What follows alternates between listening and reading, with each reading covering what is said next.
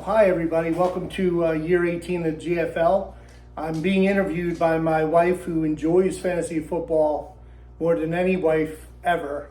And she felt compassioned to ask me some questions about this upcoming year and why the Jersey Jokers are always great. So, Julesy, you've prepared some questions for me? Harvey, you can't block you the prepared the questions for video. you. That's bullshit. I call it bullshit. Okay, here we go. What do you consider to be the defining moment or season that cemented the Jersey Jokers' legacy as a fantasy football? That's a great question, Jules. Are you going to let me finish? Power hours. Well, I think it's in my nature. I come from the rough and tumble streets of Old Bridge, New Jersey, and we didn't grow up with silver spoons like the rest of you Floridians did. I'm not a Floridian. I'm talking about the people in the league, the teams. And we had to make do out of nothing. So I think, what was the question again? What was the defining moment or season? Look, we were a powerhouse because I won 4 out of the 5 years, and that cements powerhouseness. So I'm just great. Fucking great. But okay. Which player throughout the history of the Jersey Jokers would you say was the most crucial to your success, and why? Well, I think I'm the one that created Lamar Jackson, that dual threat quarterback. So I kind of took him aside at practice and said, look, if you can run and be a little bit more accurate with your throws, you get me a lot of fantasy points. And I'll tell you who else helped me out was Jalen Hurts. Nobody liked Jalen Hurts, but I picked him up on the waiver wire, and that fucker took me to the championship a couple years ago. Running quarterbacks that can throw touchdowns. Okay. What is the core philosophy or strategy that has consistently led the Jersey Jokers to victory in your fantasy league? Well, the other Mike Matthews is no longer in the league, so I would always ask his advice during draft day, and he'd give me the sleeper pick. So that's what creates a champion for me. Was that what the question was, or did I? The core philosophy or strategy. So the strategy was listening to the other Mike Matthews? Yeah, other Mike Matthews, and then doing the opposite, what Ed Jovi does. And that's funny. What, dessert guy or Ed Jovi? No, Ed Jovi. Yeah, just pick the other guy. Just do the other guy. Opposite. And I think my process of drinking a lot of beer that day really helps my insight. Okay. Can you share a specific draft pick or trade that, in hindsight, was a stroke of genius and significantly contributed to a championship season? That's a great question, Jules. I don't know where you're coming up with all these questions. You don't even know fantasy football, but here you are. I would say it's a trade I don't make is what makes me great. Because this league doesn't trade, because every time I trade with somebody in this league, I end up getting the better of them because I'm smarter than everybody in the league. And then they go, oh, I'm not trading with him. He wants to offer a kicker for my star quarterback, right? Tim Ward likes to do kickers for quarterbacks. So they don't trade with me no more because I always get the best end. Doesn't your league just want to get rid of kickers altogether? No, it's only Wilcox. Oh. So anyway, best trade is not making a trade.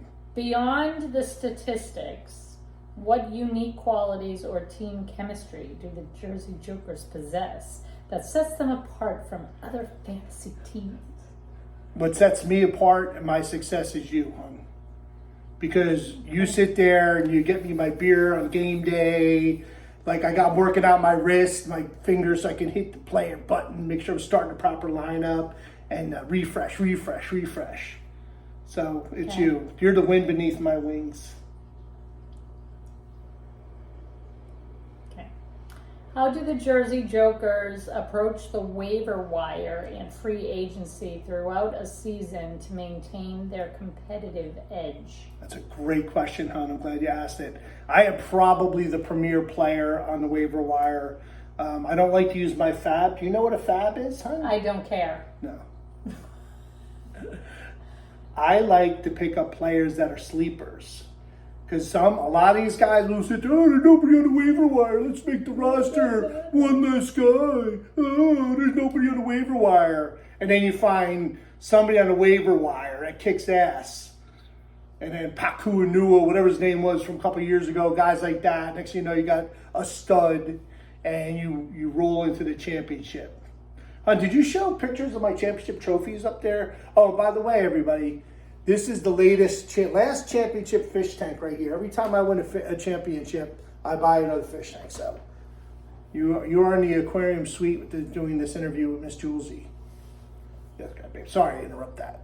What was the most challenging season or opponent that Jersey Jokers faced, and how did you overcome those obstacles to achieve greatness? I'll tell you what, Trejo is a good player. He's new to league, but he's tough. Mark McLaurin always has a crappy season, but he's good. Duet, by the way. Oh, they did a great duet. I mean, they can sing. Everybody's singing it. They can sing. So I'm telling you right now, whoever has to sing should pick a very popular song, and everybody will sing along. All right, the toughest in my 18 years in this league, playing John Matthews was always tough, but he's no longer in the league. Andy last year was tough because I knew his team was going to win it, and if I didn't beat him in that, am I rambling on, huh? You always ramble. If I didn't beat him in that one playoff game, I would have won, but he got the best of me that day. But Andy's tough, and Tim Ward's always tough. And I never had luck with Tisha when she was in it, and I never had luck with Bad Kitties. Remember Bad Kitties? Yeah. Never could beat that girl. All right. I don't think she knew what the fuck she was doing. Am I allowed to curse on your show, hon? Looking ahead, what are the Jersey Jokers' long-term goals or aspirations? I'll tell you what my goal was. Are you going to let me finish the I'll tell you what my aspiration was. I wanted to put the eye black on today to get ready for this interview, and you wouldn't let me use your eyeliner for the eye black. Because I don't want to get your But where's all my grease in Halloween my makeup? There's nothing. That gray. Am I going to finish this question? What, my goals and aspirations? Babe, To drive for 5, you baby. wrote it. I didn't write anything. You were the one to prepare Anna, these how do you questions. plan to continue your dominance? You didn't let me Oh, finish it. drive for 5. Dominance is going to be drink beer on draft day, pick the best player available, look over Tim Ward's shoulders, see who he's picking, and then probably see what Courtney's doing too, because I think Courtney kind of conspires with her husband, and they kind of figure it out what they're going to do. So I'll stay off the Packers though. I'll let them pick Packers, and I'll get all their other guys. That's how I'm going to win this and dominate again. And Frank's going to want some Packers. Frank's going to come in last place. He thinks he's going to be good, but Frank last place this year. All right. Him You and going to let me Joe. finish the question this time? Go ahead. You're rambling. I mean, we're already 8 minutes into this interview. If you had to You didn't even ask me about my sex life once yet. If you had to pick one, what is the most memorable championship celebration or victory moment for the Jersey Jokers? Oh, it was that time. Well, there's a sex question. Remember? Remember the video we made? And remember we did a tutorial? Oh, with the sock on the door handle. Sock on the door, baby. Last question. Okay. We kept it under 10 minutes. Good job, babe. I think my last video was 17 minutes. What advice would the Jersey Jokers offer to aspiring fantasy football managers who aim to achieve a similar level of greatness? Similar level of greatness to me. That is probably impossible for any of these players to try to be as good as me, or this year only maybe. I would think if the other Mike Matthews isn't here, so they can't really get his advice. I think if they they can't look over my shoulder because I'm walking around the whole time drinking beers, talking to everybody. The only one that could look over your shoulder would be Frank anyway. I would think if somebody has some sort of new app that is smarter than my brain with fantasy football, they probably would have a shot at greatness this year. What are you doing? You're not done with the interview. That was question 10. Oh, that's it? That's it. All right, well, Drive for 5 starts now, starts Saturday. Julesy, See y'all Saturday. you gotta hit the button, babe.